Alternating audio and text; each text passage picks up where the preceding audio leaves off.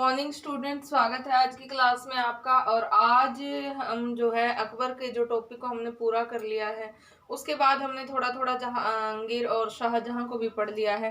तो वो पूरा जो एक लेसन है वो कंप्लीट हो चुका है। उसका एक बार थोड़ा सा रिव्यू ले लेते हैं, जिससे आपकी रिवीजन भी हो जाएगी और आपको जो है अगर आपके कोई डाउट्स होंगे तो वो भी क्लियर हो जाएंगे।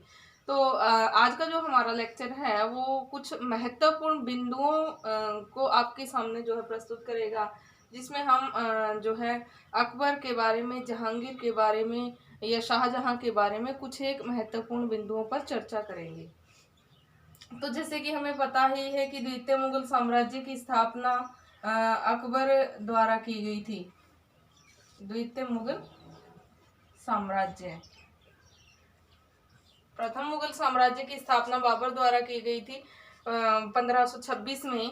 और यहाँ पे द्वितीय मुगल साम्राज्य की स्थापना 1556 में पानीपत का दूसरा युद्ध जीतने के बाद जो है अकबर ने की थी। और यहाँ पे एक मुगल साम्राज्य को स्थायित्व प्रदान करने का काम भी अकबर ने किया था। यहाँ पे अकबर के नाम की यदि हम चर्चा करें, अकबर तो अकबर जो है नाम नहीं था, अकबर एक तरह की उपाधि थी।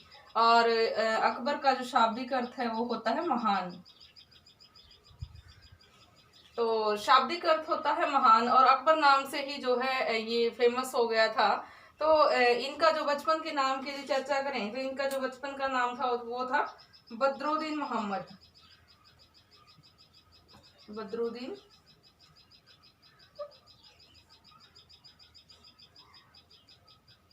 मोहम्मद। यहाँ पे बदरुद्दीन मोहम्मद का ये जो आरंभिक नाम था ये अकबर का। उसके बाद जहीरुद्दीन मोहम्मद, जहीरुद्दीन मोहम्मद, और यहाँ पे उसकी महानता के कारण है उसके साथ जो है अकबर शब्द जोड़ा गया था। ये जो नाम था उसकी शिक्षा प्राप्त करते समय उसको दिया गया था जहीरुद्दीन मोहम्मद। उससे पहले जो है उसका नाम शुरुआत में बदरुद्दीन मोहम्मद रखा गया था। तो ये बात काफी ध्यान देने योग्य है। तो यहाँ पे इनका जन्म राणा वीरसाल के महल में, एक राजपूत राजा के महल में हुआ था। शुरू में जैसे कि जहांगीर अपने शासन से निष्कासित किए जाने के बाद जगह जगह भटक रहा था, धक्के खा रहा था। तो उसी समय 1542 में 15 अक्टूबर 1542 को अकबर का जन्म हुआ था राणा वीरसाल के महल में। तो राणा वीरसाल के महल में जन्मे अकबर अभी 1 ही साल के थे कि कामरान के अपने भाई के साथ जो है इसके युद्ध हुए। और जहांगीर के और हुमायूं के युद्धों के चलते हुमायूं और उसके भाई के बीच में हुई मुठभेड़ में अपने पुत्र को बदरुद्दीन मोहम्मद को इसने खो दिया। और वहाँ पे 2 साल वो अपने चाचा के पास रहा। वहाँ उसका पालन पोषण काफी अच्छे से किया गया। हालांकि जो है उसके पालन पोषण में कोई कोताही नहीं बरती गई थी। उसके चाचा भी जो है उसको खूब लाड प्यार करते थे। और एक फिर मुठभेड़ के दौरान अकबर और जो है हुमायूं की मुलाकात हुई, और उस मुलाकात में जो है वो केवल अस्थायी ही साबित हुई। और थोड़े समय बाद जब दोनों भाइयों की दोबारा से मुठभेड़ हुई कंधार को लेकर के, तो उसमें फिर से जो है वो अपने चाचा के हाथों ही लग गया और दोबारा फिर से जो है वो उसको वहां ले गया। अपने चाचा के साथ रहते हुए जो है उसने अपना बचपन बिताया था।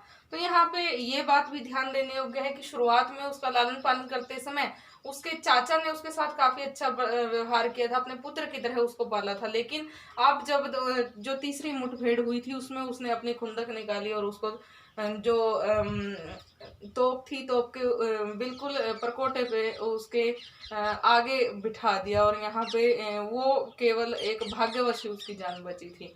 तो इस प्रकार से उसके बाद जो है अपने पिता हुमायूं के साथ उसका बचपन बीता।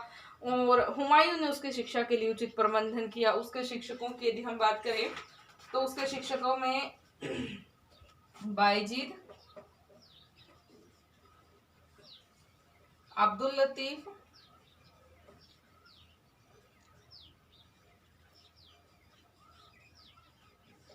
और मौलाना अब्दुल कादिर, मौलाना अब्दुल कादिर। तो इनके नाम लिए जा सकते हैं। ये अकबर के लिए शिक्षक नियुक्त किए थे। हुमायूं ने, और इनसे जो है इन्होंने आरंभिक शिक्षा ग्रहण की थी।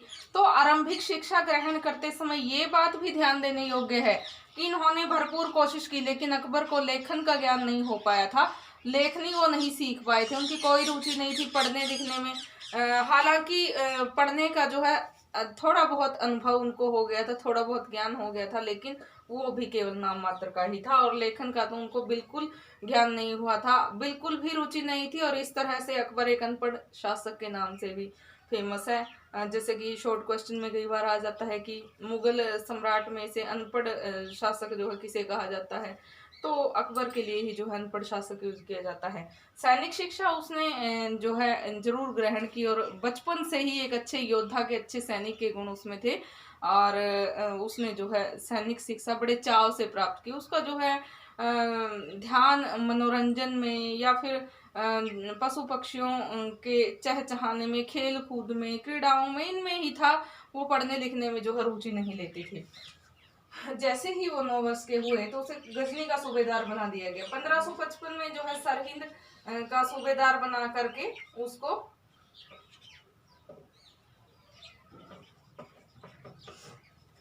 सरहिंद का सूबेदार बना करके उनको युवराज घोषित कर दिया था। तो यहाँ पे जैसे ही बैरम खान को उसका संरक्षक भी नियुक्त कर दिया था, और जो है सरहिंद का सूबेदार बनाने के बाद उत्तराधिकारी तो अकबर का था, उसका हुमायूं का था ही। तो इस प्रकार से बैरम खान में के संरक्षण में अब वो रहता गया, और बैरम खान एक अच्छा और कुशल योद्धा था। तो जाहिर सी बात है कि जैसा हम संग करते हैं वैसा ही जो है हमें अनुभव भी प्राप्त होते हैं। तो अकबर के साथ भी वैसा ही हुआ। बैरम खान के साथ रहते रहते उसने जो है युद्ध विद्या में और अधिक निपुणता हासिल की, और बहुत सारे अच्छे अनुभव भी उसने सीखे थे। तो यहाँ पे अब जो है 1555 में जैसे ही पता चला बैरम खान को कि हुमायूं की सीढ़ियों से गिरने के कारण मृत्यु हो गई है, तो उसने उसी समय जो है वहाँ सरहिंद में वो गए हुए थे, तो वहाँ से वो कलानौर आए, और कलानौर में आकर के एक ईंटों का चबूतरा बना करके जो उसने अपने मुख्य जो साथी थे या सम्राट के जो विश्वास पात्र योग्य सेना नायक थे या मुख्य पदाधिकारी थे, उनको इकट्ठा करके उनके सामने जो है अकबर को नया मुगल सम्राट, अगला मुगल सम्राट घोषित कर दिया। तो यहाँ पे कलानौर में राज्याभिषेक तो कर दिया ईंटों का चबूतरा बना के उसने, लेकिन अभी उनके सामने बहुत बड़ी समस्या थी, क्योंकि अफगानों ने ही हुमायूं को यहाँ से खदेड़ा था, और अफगानों को हरा करके ही हुमायूं धीरे धीरे अपनी पैठ स्थापित कर रहा था, लेकिन कर नहीं पाया था। वास्तविक जो राज्य चल रहा था दिल्ली या आगरा से, तो वहां पे जब तक वो अपना आधिपत्य कायम नहीं कर लेता था, तब तक जो है दोबारा से मुगल वंश की स्थापना को हम नहीं मान सकते। या विभिन्न इतिहासकारों ने भी इस बारे में काफी टिप्पणियां दी हैं।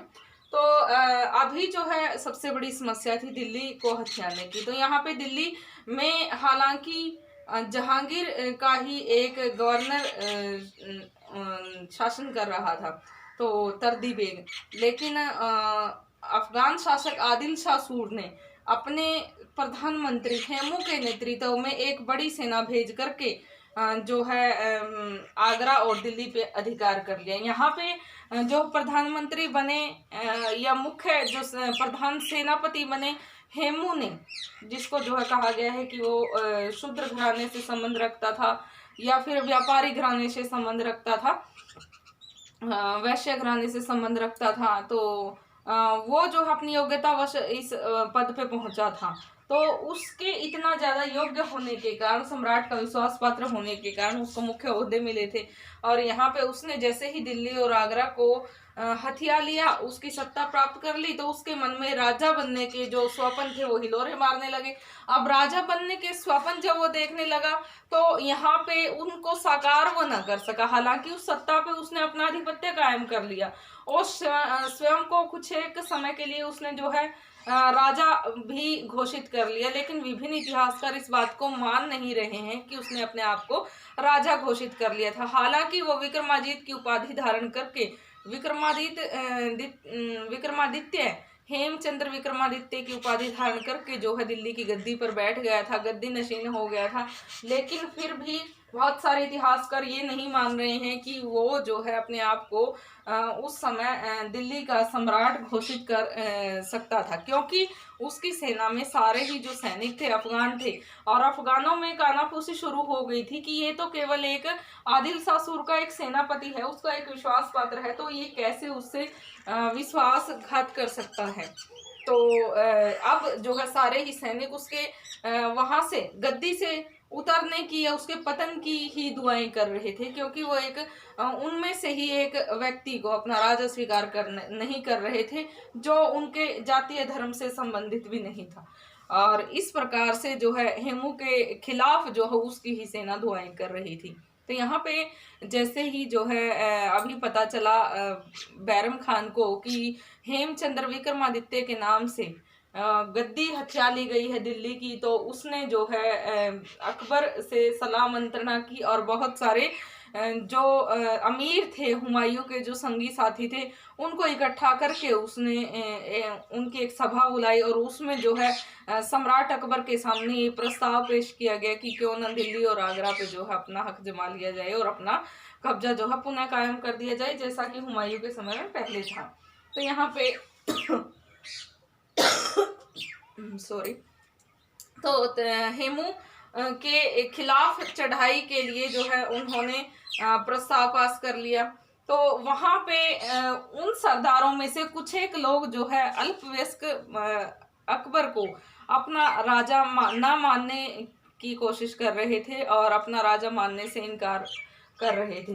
तो उनको उनकी भावनाओं को दबाने के लिए उसने जो है क्या किया, तरदी बेग जो दिल्ली का गवर्नर था वो वहां से भाग खड़ा हुआ था, उसको पकड़वा करके जो है उसने मौत के घाट उतार दिया। इस प्रकार से जो सरदार अकबर के खिलाफ खड़े हो सकते थे उनके सामने अब एक सबक उनको मिल गया कि यदि तुम भी ऐसे ही जो है विश्वासघात करोगे तो तुम्हें भी मृत्यु दंड ही दिया जाएगा। आगे किसी पद की आशा करना तो व्यर्थ है ही, तुम्हें अपनी जान से हाथ धोना पड़ेगा। तो इस प्रकार से अच्छी कूटनीतिज्ञ का परिचय देते हुए बैरम खान ने ये नीति अपनाई थी। तो अब जो है 1556 में, नवंबर 1556 में जो पानीपत का मैदान एक बार फिर से जो है उसी निर्णायक मोड़ पे आ गया, जहां पे हेमचंद्र विक्रमादित्य की और अकबर के संरक्षक बैरम खान की जो सेनाएं थी वो आमने सामने थी। यहाँ पे मुगल सेना जो है अफगान सेना पर टूट पड़ी, उन्होंने अफगानों का तोप खाना छीन लिया, और शुरू में ही अफगानों के तोप खाने पे अधिकार करने से छोटी सी जो विजय की जो आशा उनको दिखी थी उससे जो है उनका उत्साहवर्धन हुआ, और उन्होंने जो है और अधिक वीरता से काम किया। और उस युद्ध के बाद जो है जैसे ही उनका उत्साहवर्धन हुआ और उनकी वो छोटी सी जो जीत थी उस खुशी को उन्होंने और बड़ा करने के लिए और अधिक वीरतापूर्ण तरीके से वो लड़े। और इधर अफगान भी कहाँ कम रहने वाले थे, तो अफगान भी कम रहने वाले नहीं थे, और उन्होंने जो है अब और अधिक तेजी से और अधिक वीरता से जो है मुगलों पे धावा बोल दिया। यहाँ पे हालांकि अफगान जीतने ही वाले थे, तो दुर्भाग्य अब भी जो है हेमू का पीछा कर रहा था, और दुर्भाग्य ने उसका पीछा करते करते उसको मौत के घाट उतार दिया। एक तीर दुश्मन सेना का करके हेमू की आंख में लगा, और उस तीर से जो है हेमू घायल हो गए, नीचे गिर गया। अपने सेनापति को नीचे गिरा देख करके उन्होंने मृत समझ लिया, और जो अफगान सेना थी उसमें भगदड़ मच गई। और यहाँ पे इस तरह से पानीपत के युद्ध में जो है हेमचंद्र विक्रमादित्य की हार हुई और अकबर की जीत हुई। बैरम खान के संरक्षण में पानीपत का दूसरा युद्ध मुगलों ने जीत लिया। तो इस प्रकार से हेमचंद्र विक्रमादित्य को, जो कि मरा नहीं था, अभी घायल ही हुआ था, अकबर के सामने लाया गया। हालांकि अकबर ने जो है अल्पायु ही था, अपनी तलवार जो है बैरम खान अपनी तलवार हेमचंद्र विक्रमादित्य की गर्दन पे लगाई, लेकिन वो उसको जो है उसकी गर्दन को धड़ से अलग नहीं कर पाया, और जो है उसने उसको छोड़ दिया। तो बैरम खान ये नहीं चाहता था कि वो हेमू को ऐसे ही छोड़ दे, और वो आगे जो है विद्रोहियों को सबक भी सिखाना चाहता था, इसलिए उसने अपनी तलवार से हेमू का सिर धड़ से अलग कर दिया। यहाँ पे विभिन्न इतिहासकार इस बात को लेकर के भी काफी जो है निराशा जता रहे हैं बैरम खान के प्रति कि यदि हेमू को बंदी बना लिया जाता और हेमू को बंदी बनाए जाने के बाद यदि उससे राजकार्य में कोई ऊंचा पद दे दिया जाता और एक अच्छे सलाहकार के रूप में उसको नियुक्त कर लिया जाता तो मुगल साम्राज्य आगे बहुत ही ज़्यादा तरक्कियां करता और बहुत ही ज़्यादा जो है अच्छी सेवा प्राप्त करने का अवसर मुगलों को हेमू के लिए जो है मिलता। यहाँ पे अगर उसको जीवन दान दे दिया जाता और उसको जो है उसकी योग्यता के अनुसार पद दे दिया जाता तो मुगलों की तरक्की के मार्ग और ज़्यादा खुल जाते। तो लेकिन यहाँ पे बैरम खान की कूटनीतिवश जो है उसकी मृत्यु हो गई और उसका मृत्यु को प्राप्त हो गया। तो यहाँ से जो है 1556 से जो 1560 का जो समय था और 1556 से 1560 के समय में अकबर के ऊपर पूर्ण रूप से बैरम खान का प्रभाव रहा। इन 4 सालों में सत्ता का जो वास्तविक कर्ता धर्ता बैरम खान था, यदि ये हम कहें तो गलत नहीं होगा, क्योंकि अकबर तो अल्पायु था, उसको कोई ज्ञान था नहीं। बैरम खान की कूटनीति चालें, बैरम खान की रणनीतियां, उन्होंने ही जो है शासन का कार्यभार संभाला और राज कार्य किए, प्रशासनिक सुधार किए। तो ये सारी चीजें बैरम खान ने स्वयं की। तो यहाँ पे 1560 से 1562 का जो समय था, इसमें जो है बैरम खान से हरम की स्त्रियां नाखुश थी और भी जो बहुत सारे जो सुन्नी मुसलमान थे, उलेमा और था, वो उससे नाखुश था, क्योंकि बैरम खान स्वयं को राजा तो नहीं घोषित कर रहा था और कोई विद्रोह नहीं कर रहा था, अपितु स्वयं को राजा ही वो समझने लगा था और बिना अकबर की सलाह के कई बार वो बड़े बड़े निर्णय भी ले लेता था। तो इससे अकबर भी थोड़ा सा बैरम खान के प्रति सोचने पे मजबूर हो गया कि ये जो है राजा ना होते हुए भी राजा की मर्जी के खिलाफ निर्णय कैसे ले सकता है। तो इसके कारण से 1560 में अकबर को उसके पद से निष्कासित कर दिया गया और उसको हज के लिए भेज दिया गया। उसके पास ऑप्शन दिए गए कि वो राज दरबार में मुख्य सलाहकार के रूप में ही रहे, सारे जो उसके कार्यभार हैं उससे उसको मुक्ति दी जाती है। हालांकि उसने मुगल राज की बहुत सेवा की है और उसकी सेवाओं के बदले में उसको उचित अनुदान भी दिया जाएगा, लेकिन ऐसा कह करके वो जो है इस बात को एक अपमान के रूप में लेता है और वो हज जाने के लिए तैयार हो जाता है। रास्ते में जो है उसकी मृत्यु हो जाती है। कुछ एक जो उसका खिलाफ षड्यंत्र करने वाले लोग उसको मार देते हैं। तो यहाँ से जो बैरम खान की पत्नी थी उससे अकबर ने विवाह कर लिया। बैरम खान का 1 वर्षीय पुत्र था अब्दुल रहीम, उसको अकबर ने जो है गोद ले लिया और स्वयं उसको पाला और आगे चल के वही अकबर के नवरत्नों में अब्दुल रहीम खाने खाना का पद जो है उसको दिया गया और अब्दुल रहीम खाने खाना के नाम से फेमस हुआ। तो 1560 से 62 का जो समय था, यहाँ पे बैरम खान को उसके पद से निकलवाने में काफी महत्वपूर्ण भूमिका निभाई थी हरम की स्त्रियों ने, जिसमें महामनगा का मुख्य प्रभाव रहा है। और यहाँ पे 2 साल का जो समय था इसको पर्दा शासन तथा कथित पर्दा शासन कहा गया है, पेटीकोट सरकार कहा गया है, क्योंकि स्त्रियों की चलती थी और यहाँ पे स्त्रियों में महामनगा का मुख्य रूप से योगदान था शासन व्यवस्था को चलाने में। तो महामनगा का भी 1562 में पतन हो गया, उसकी मृत्यु हो गई, क्योंकि उसके पुत्र आसफ खान को अकबर ने जो है छत से धक्का दे करके मार डाला था और उसके शोक 40 दिनों बाद भी उसकी मृत्यु हो गई। तो यहाँ पे 1562 के बाद अब सारा कार्यभार अकबर ने स्वयं के हाथों में ले लिया। तो उसके बाद जो है उसने मालवा की विजय, गुजरात की विजय, बिहार की विजय, पंजाब की विजय, सिंध, मुल्तान, कंधार, विभिन्न रियासतों की विजय करके अपने राज्य का विस्तार किया। और राज्य विस्तार के लिए जो है उसके पास 9 सदस्यों की जो कमेटी थी, जो अकबर के नवरत्न कहे जाते थे, जो 9 मुख्य विभागों के मुख्य प्रभारी थे, जिनमें जैसे कि हमने बात की बीरबल की, अबुल फजल की, फैजी की, अब्दुल रहीम खाने खाना की, मानसिंह की, टोडरमल की और मानसिंह की, टोडरमल की, भगवान दास की, मुल्ला दो प्याजा की या हकीम होकाम की। तो ये जो उसके नवरत्नों में मुख्य अधिकारी शामिल थे, तो उन्होंने काफ़ी सहयोग किया अकबर के साम्राज्य विस्तार में। तो यहाँ पे अकबर के साम्राज्य को स्थायी रूप प्रदान करने के लिए अकबर की राजपूत नीति भी मुख्य भूमिका निभाती है। जैसे कि हमने बात की थी राजपूत नीति के तहत विभिन्न राजपूत राजकुमारियों से विवाह उसने किए थे, जो कि सबसे पहला विवाह उसने राजा भारमल की पुत्री जोधाबाई से किया था।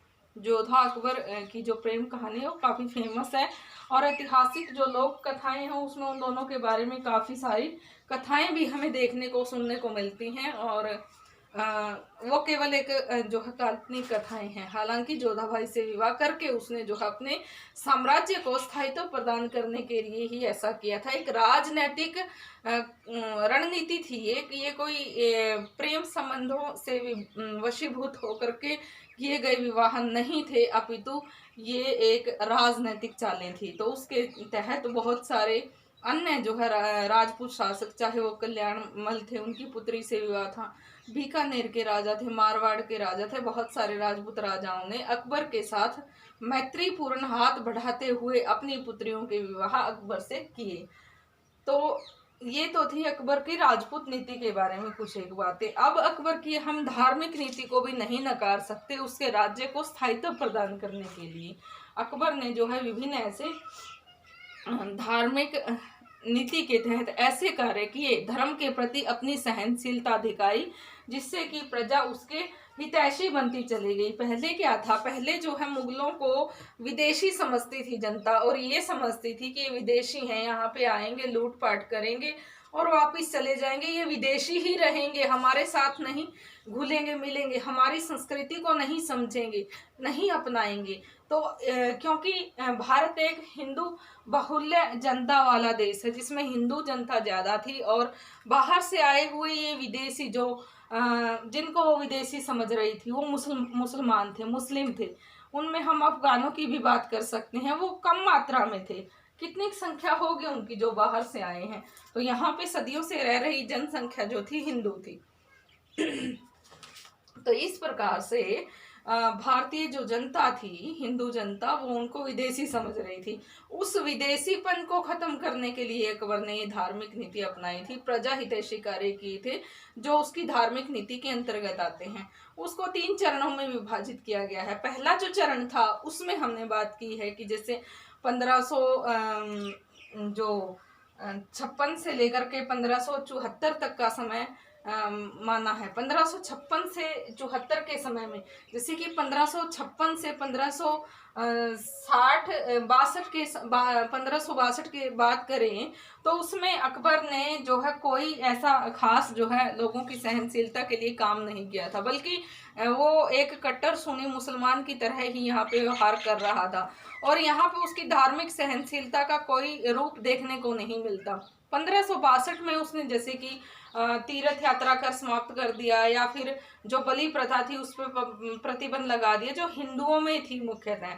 और 1563-64 में जजिया कर को ख़त्म करना, तीर्थ यात्रा कर को ख़त्म करना, ये कुछ सहनशीलता से परिपूर्ण कार्य किए, जो हिंदू धर्म के लिए काफ़ी मुख्य बुराइयां थी, उनको कर के रूप में जो है अपना धन अदा करना पड़ता था, और अपने तीर्थ स्थानों पे जाने के लिए ही। तो हिंदू जनता काफ़ी खुश हो गई, और यहाँ से उसने अपने आप को प्रजा का हितैषी प्रदर्शित किया है। उसके इस प्रदर्शन से जो है जनता में खुशी की लहर दौड़ पड़ी, और राजा को वो अपना राजा समझने लगी।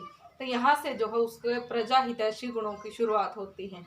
तो 1574 से लेकर के 1579 का जो समय था, उसमें जो है उसने और कोशिशें की। उसने धर्म से संबंधित जो है जो सुन्नी मुसलमान थे उनको इकट्ठा किया, फिर उनके बाद उनके विचारों से वो सहमत ना हो पाया, फिर उसने जो है इस्लाम धर्म के सिद्धांतों को जानने के लिए शिया मुल्लाओं को इकट्ठा किया। वो मुल्ला लोग जो थे आपस में झगड़ते रहते थे, वो अकबर की जो जिज्ञासा थी उसको शांत न कर पाए।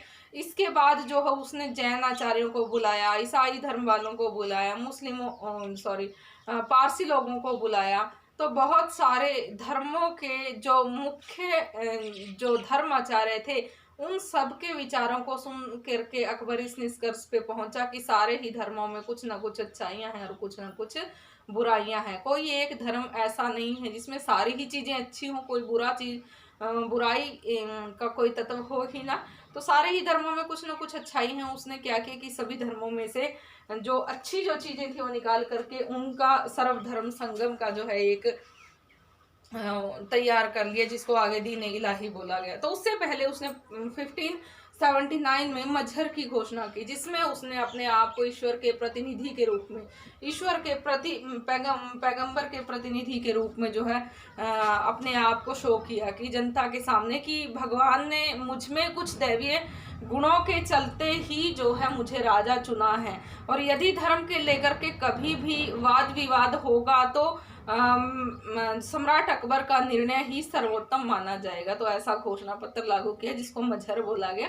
तो मजहर एक घोषणा पत्र था। तो यहाँ पे मजहर घोषणा पत्र के बाद 1582 में दीन इलाही की परिणति हुई कि जो धर्म है ईश्वर से निकलने वाला नूर है, प्रकाश है, तो उससे जो है सारे ही लोग समान रूप से ओतप्रोत होते हैं, सभी लोगों के लिए समान है।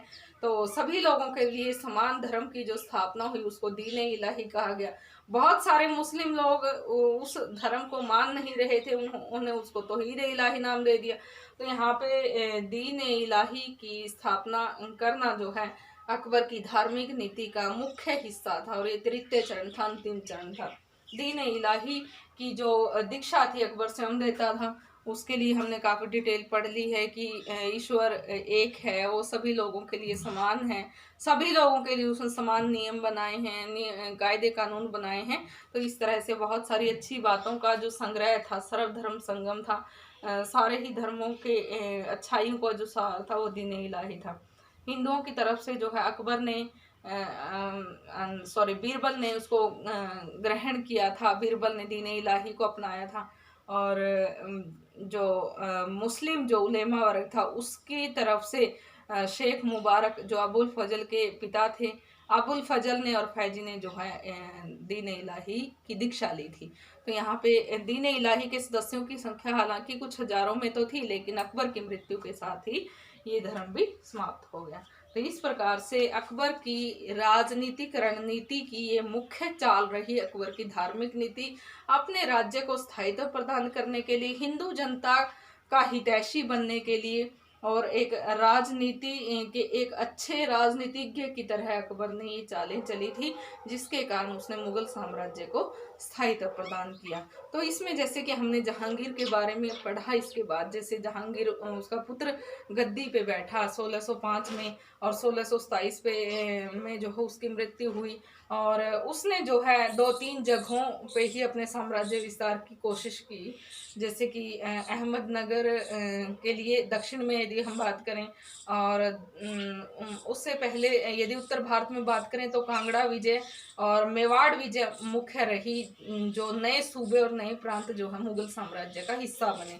उसके बाद जो है हमने शाहजहां की बात की। शाहजहां ने जो है आगे तिब्बत में, असम में, और आगे फिर दक्षिण में वही अहमदनगर, विजयपुर, गोलकुंडा के लिए काफ़ी मशक्क़त की। उसके बाद जो है 1558 में शाहजहां की भी मृत्यु हो गई, और इस तरह भारत को एक नया सम्राट मिला, औरंगजेब। तो औरंगजेब की जो धार्मिक नीति थी, औरंगजेब की राजपूत नीति थी, उसकी हम चर्चा करेंगे।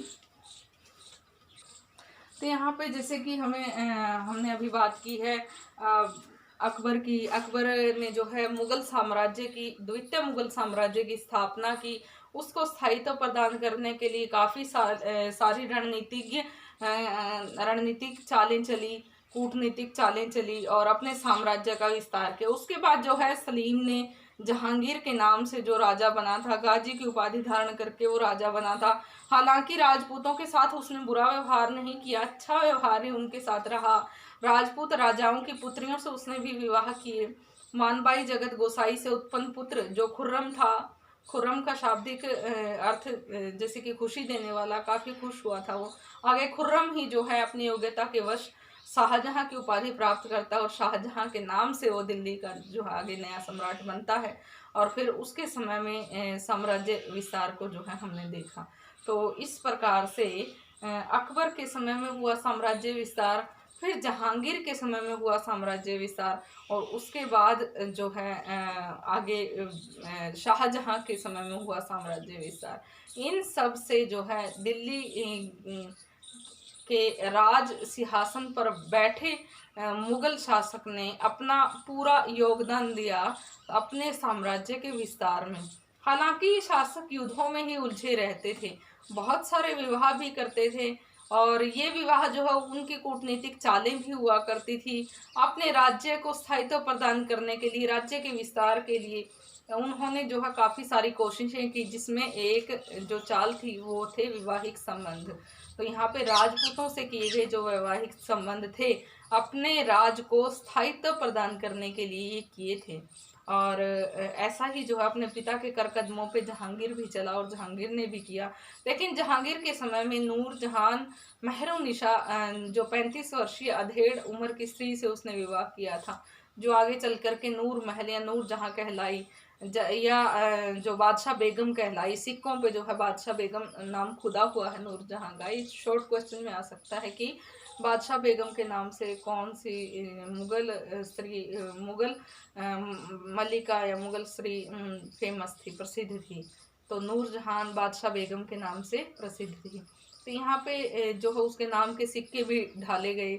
और शासन पे 1622 से 27 तक का जो समय था, पूर्णतः नूरजहान के प्रभाव का समय रहा है, क्योंकि उसमें 1622 में जहांगीर की सेहत खराब रहने लग गई थी, और उस खराब सेहत के कारण से वो राज कार्यों में ध्यान नहीं दे पा रहा था, और उसके कारण ही जो है आगे नूरजहान के हाथों में सत्ता आ गई थी। नूरजहान ने फिर देखा कि उसकी सत्ता, उसके हाथों में आई सत्ता की बागडोर को देख करके 2 बार जो है शाहजहां ने विद्रोह किया, और उन विद्रोहों के बावजूद भी अंत में जहांगीर की मृत्यु के बाद शाहजहां ने ही शासन हथिया लिया था।